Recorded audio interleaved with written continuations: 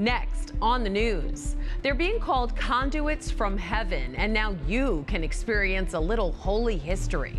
Thousands of people are expected to visit this New Jersey church for a chance to venerate before hundreds of holy relics.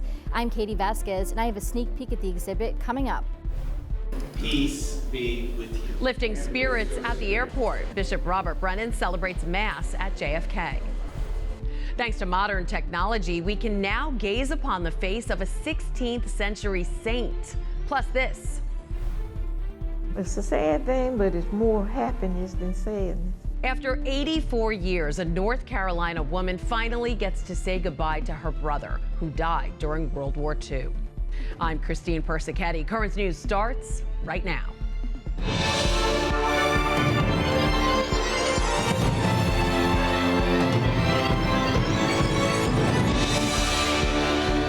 It's a rare display of faith and history. A man from Brooklyn is bringing a remarkable collection of 500 saintly relics out into the public.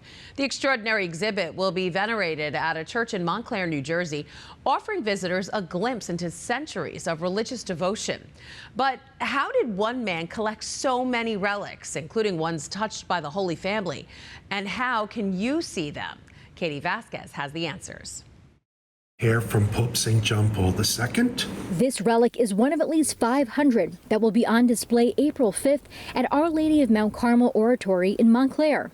The purple robe that was placed on our Lord to mock him. Pieces that tell the story of our faith from the beginning. It's not every day that you get to see a piece of the sponge that was given to our Lord and placed in his mouth on the cross, or the purple robe that they placed on our Lord to mock him as the King of the Jews. Joseph Santoro started acquiring these sacred objects nearly 25 years ago and has since accumulated nearly 700. The former Brooklyn resident rescues the relics to avoid having them fall in the wrong hands and goes through a process to make sure each one is legitimate. After I check it first, we got to check that list twice, and I send it to other professionals as well to authenticate them. He usually keeps them at his home, but the public will have the opportunity to venerate these items for one day only. To give people even more hope to the pilgrims during this Jubilee year. The rector of Our Lady of Mount Carmel Oratory believes hosting this exhibit during a Jubilee year is extra special. For me, it's a privilege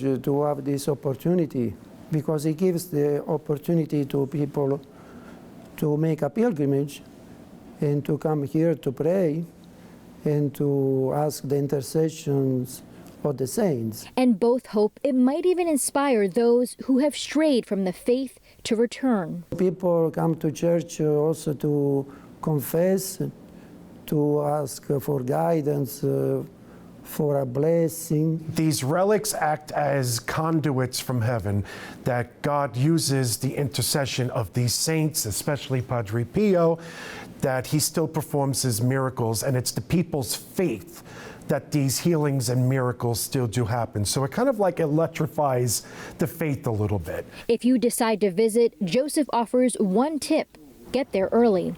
In Montclair, New Jersey, Katie Vasquez, Currents News. According to the Archdiocese of Newark, some other items related to Christ's Passion will be displayed, including the King of the Jews sign that hung on the cross. A fragment of the Virgin Mary's veil will also be displayed. Father Flora told us he's never heard of an event having so many relics in one place, so you've got to get there. The exhibit will open at 11 a.m. on Saturday, April 5th, and end at 7 p.m. Our Lady of Mount Carmel Oratory is located at 94 Pine Street in Montclair, New Jersey. For more information, you can call the church at 862-243-3176. Now to the Vatican, where the Jubilee year is in full swing, but it's not all a celebration. Some souvenir scammers are getting busted. They're trying to make money off of the Holy Year.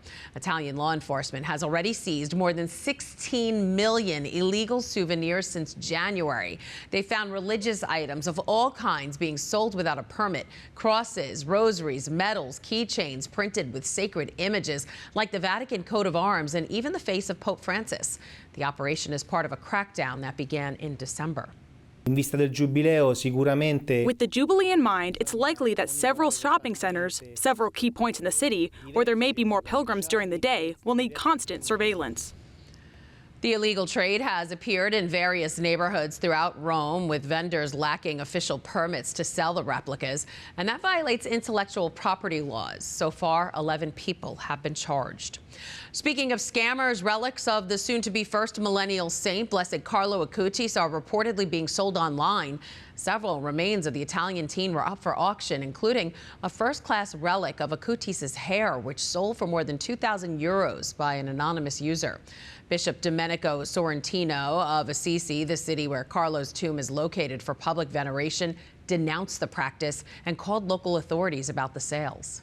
I immediately went to the police and asked them to take this report, including, if possible, the seizure of this relic in case it was all fake news, something fabricated on the internet, but whose veracity we cannot verify.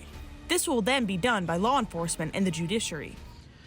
The bishop also said relics of St. Francis of Assisi were among the items advertised online. Canon law prohibits the sale of first and second class relics, which can only be given away by their owners. An investigation into the auctions is ongoing. Devotion to Carlo Acutis, the so-called saint in sneakers, can be found all over the world, but especially here in Brooklyn.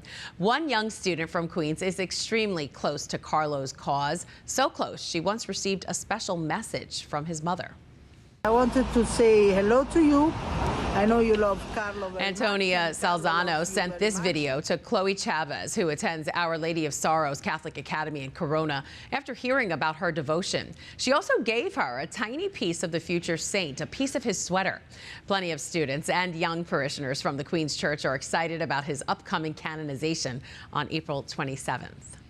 There's plenty of diocesan celebrations planned for the big day, but here's a peek at one of them. There's a candlelight procession through the streets of Brooklyn in the works for the night before his canonization.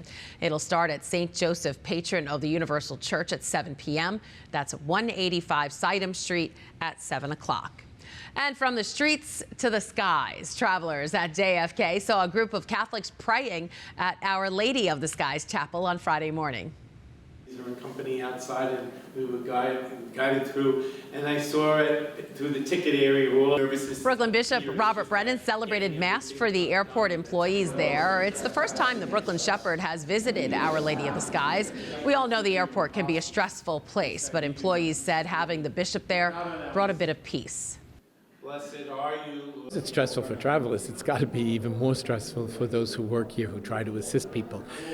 Let's face it, they don't always see all of us at our best selves, and yet I think we can all find some sense of peace and confidence when we're rooted in the Lord. You want to give people a relief valve, and especially for me, like praying is the most valuable thing in my whole entire life, right? If it gets too tough to stand, I always say get on your knees and pray. The fact that Bishop Brennan was here is very special for the workers. The fact that he took time from his busy schedule in the diocese to come here and celebrate Mass and serve the Eucharist to the workers directly, I think was just terrific. Every month, there is a Mass to honor living and deceased members of the Catholic Guild and their families. You don't need to catch a flight to worship at the chapel. It's located before the security screening area at Terminal 4. And here's an interesting story for the parishioners of St. Teresa of Avila in Crown Heights, or anyone with a devotion to the 16th century saint.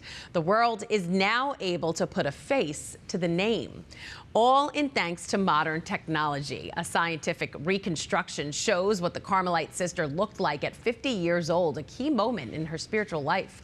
The work involved experts from Italian and Australian universities authorized by the Vatican, who molded her skull with clay and referenced paintings, creating the most accurate representation to date. Her tomb was excavated for the study and will be on display to the public from May 11th to the 25th in Spain.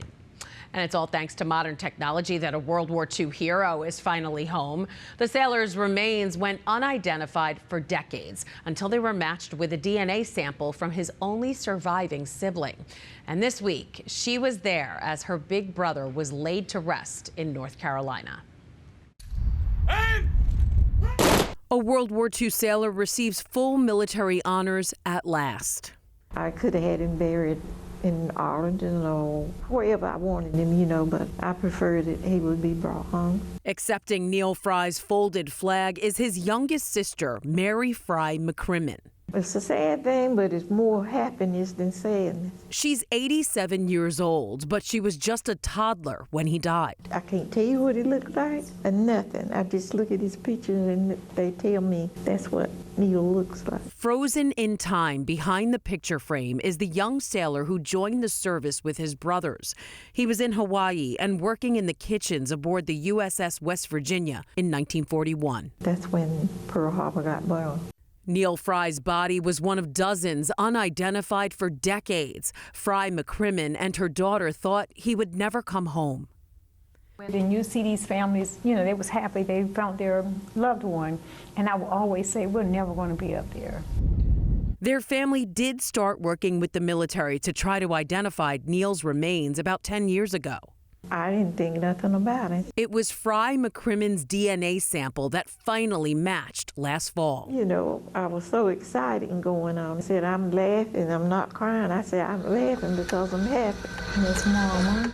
So on the tarmac at RDU all these years on, she finally got to greet her big brother again.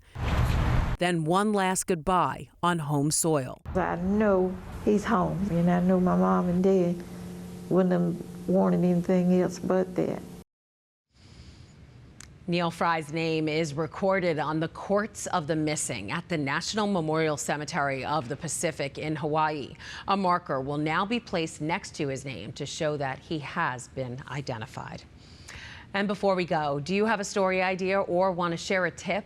Email us at newstips@desalesmedia.org or call our 24-hour number 718-517-3122.